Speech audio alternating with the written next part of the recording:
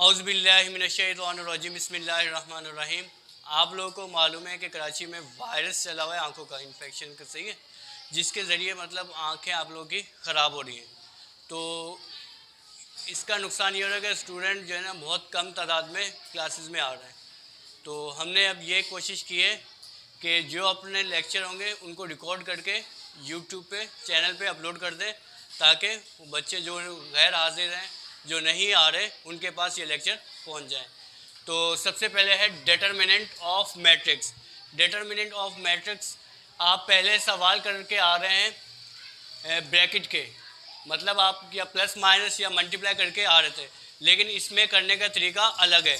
आपके पास ये सवाल आएगा तो इसके अंदर ये जो लाइन बनी हुई, क्रॉस बनी हुई है, इसको सबसे पहले आपने ख़त्म करना है।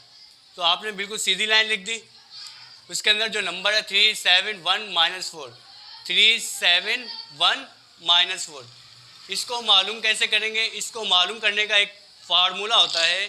कौन सा फार्मूला है? AD - BC, AD - BC। अब A की वैल्यू क्या है आपके पास? A की वैल्यू ये जो 3 लिखा हुआ, ये A की वैल्यू हो जाएगी, ये 7 B की वैल्यू हो जाएगी, और 1 C की वैल्यू, और 4 D की वैल्यू। अब आपके पास फार्मूला क्या है? AD - BC। अब यहाँ पे लिखा हुआ है A, आपने A की जगह क्या लिख देना? 3 लिख दिया। उसके बाद यहाँ पे क्या लिखा हुआ? D आपके पास क्या है? -4, आपने लिख दिया ना -4। उसके बाद फार्मूले में है माइनस का साइन, तो आपने माइनस का साइन लगाना है।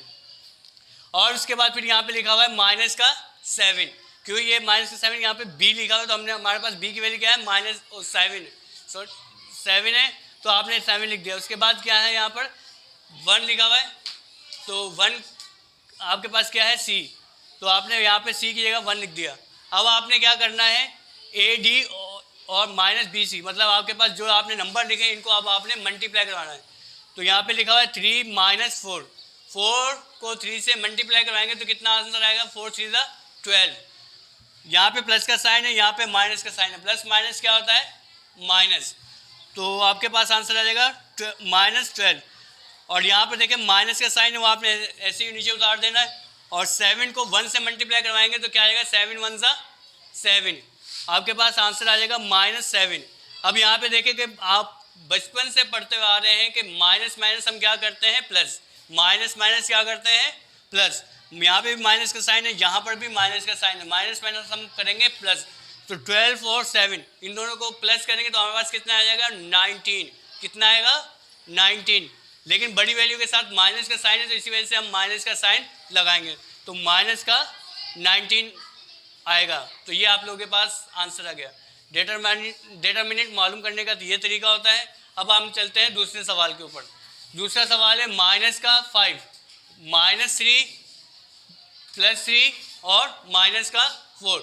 इसको आपने मालूम करना है। इसको सबसे पहले आपने सवाल ऐसे ही लिख दिया, उसके बाद यहाँ पे फार्मूला लगा देना। कौन सा फार्मूला? AD - BC। कौन सा फार्मूला? AD - BC।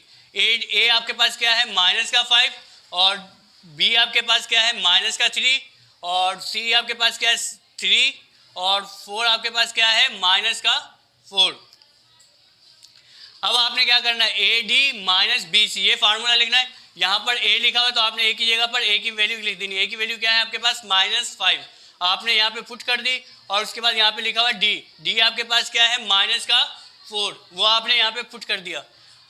उसके बाद क्या लिखा हुआ? माइनस का साइन आपने लिख देना यहाँ पे। और यहाँ पे क्या लिखा हुआ? B आपके पास क्या है? -3। B आपके पास क्या है? -3 पुट कर दिया। उसके बाद यहाँ पे लिखा हुआ C आपके पास क्या है? +3, वो आपने लिख दिया।